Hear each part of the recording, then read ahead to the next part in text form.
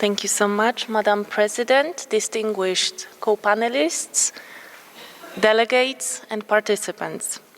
Violence against women and girls is a phenomenon deeply rooted in gender inequality, which continues to negatively affect women's and girls' lives and violate their most fundamental human rights.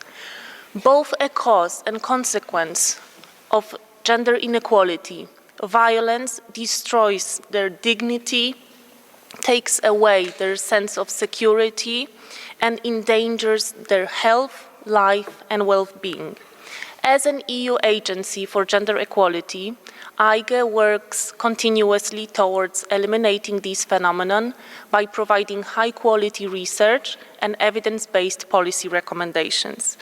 Today, I would like to share a couple of reflections on why economic violence against women and girls is still vastly overlooked and insufficiently considered form of violence against women, why it demands greater visibility, and what we need to do moving forward.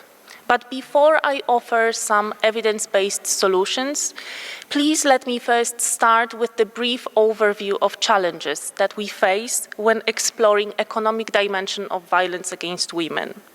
These will cover two angles: concepts and measurement frameworks. The concept of economic violence or economic abuse against women emerged in the 1980s, but only recently received more attention. Over the last years, researchers demonstrated significant efforts to get to the core of economic violence and pinpoint all behaviors that fall under this category. This has proved to be extremely difficult. To illustrate this, please let me provide an example. One of the first attempts to measure economic violence included a 120-item scale with Likert-type questions. Luckily, the research advanced, and now we know that economic violence can fall under different categories, such as, for example, economic control, economic exploitation, and economic sabotage. Economic control prevents, limits, or controls victims' finances and related decision-making processes. For example, it could be controlling the amount of money that the victim can spend, restricting victims' access to money, necessities, or financial assets. Economic exploitation uses the economic resources of the victim to the abuser's advantage. This could, for example, be opening a line of credit in their partner's name, stealing or damaging victims' property.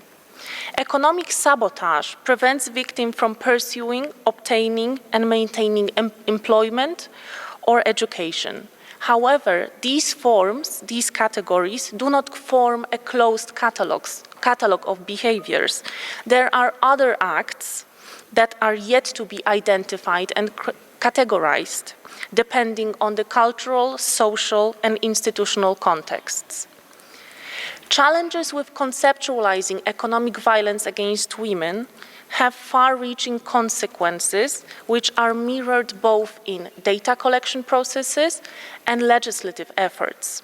The lack of clarity in concepts often makes certain forms of economic violence against women invisible. Let me give you an example. Experts at EIGE use a unique tool with 13 indicators to collect an EU-wide comparable data on different forms of violence against women, including economic.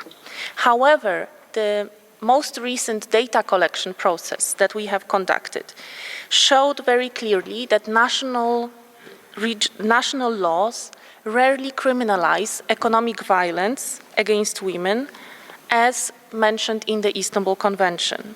For example, in 2021, only 9 EU member states explicitly criminalize forms of economic violence in their laws on domestic violence. Another important aspect relates to their understanding of economic violence, which is either very narrow or very broad.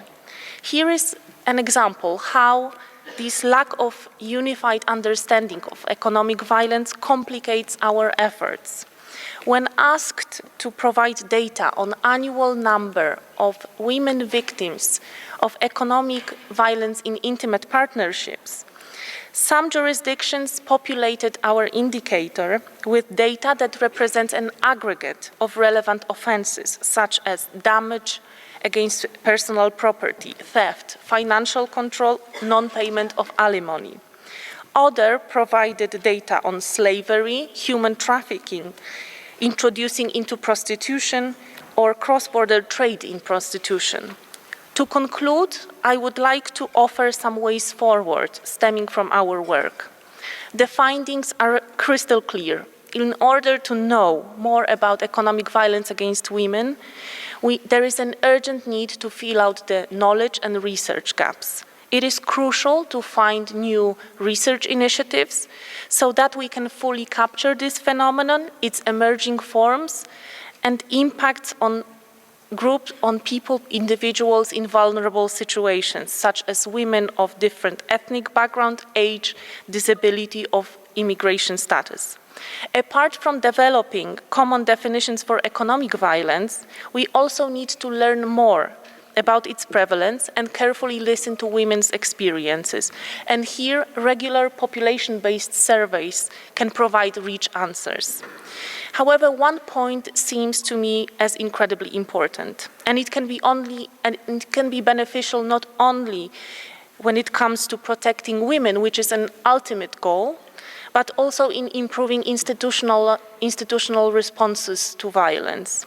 Facilitating mutual learning between member states, exchanging good practices, can help address economic violence more efficiently. Mutual cooperation, exchanging knowledge about the initiatives on criminalizing economic violence, such as the one in Sweden, or experiences relating to conducting national surveys of economic violence, as in Spain, can bring us one step closer to achieving this objective goal. Madam Vice President, AIGE remains committed to eliminating violence against women in all forms and happy to assist. Thank you very much.